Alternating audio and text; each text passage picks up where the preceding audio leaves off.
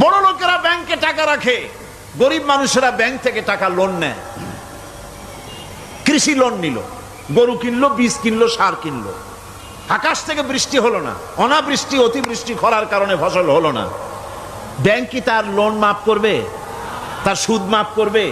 শেষ পর্যন্ত গরুটা বেচা, মায়ের হাতের বউর হাতের শেষ চুরি গাছা বিক্রি করে লোন পরিশোধ করলো। বড় লোকের টাকা ওখানে ছিল, ওই টাকায় আরো টাকা গিয়ে জমলো, আর গরিব ফতুর হয়ে গেল। এই জন্য আল্লাহ পাক বলেছেন সুদ হচ্ছে ওয়াহাল্লাল্লাহুল বায়া ওয়া হাররামা রিবা। আল্লাহ পাক ব্যবসাকে করেছে হালাল, সুদকে করেছেন হারাম। এই সুদের মধ্যে ৭০টি গুনাহ, তার ছোট্ট গুনাহ হলো নিজের মায়ের সাথে জিনা করা। জোরে কোন নাউজুবিল্লাহ।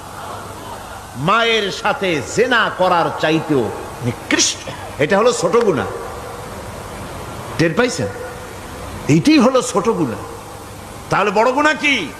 বড় গুনাহ হচ্ছে আল্লাহ আর তার রাসূলের সাথে যুদ্ধ করা। নাউজুবিল্লাহ পড়ে। সুতরাং এই সুদভিত্তিক অর্থ ব্যবস্থার, এই সুদভিত্তিক অর্থ ব্যবস্থাকে নির্মূল করে দিয়ে ইসলাম যাকাত ভিত্তিক অর্থ ব্যবস্থা কায়েম করেছিল।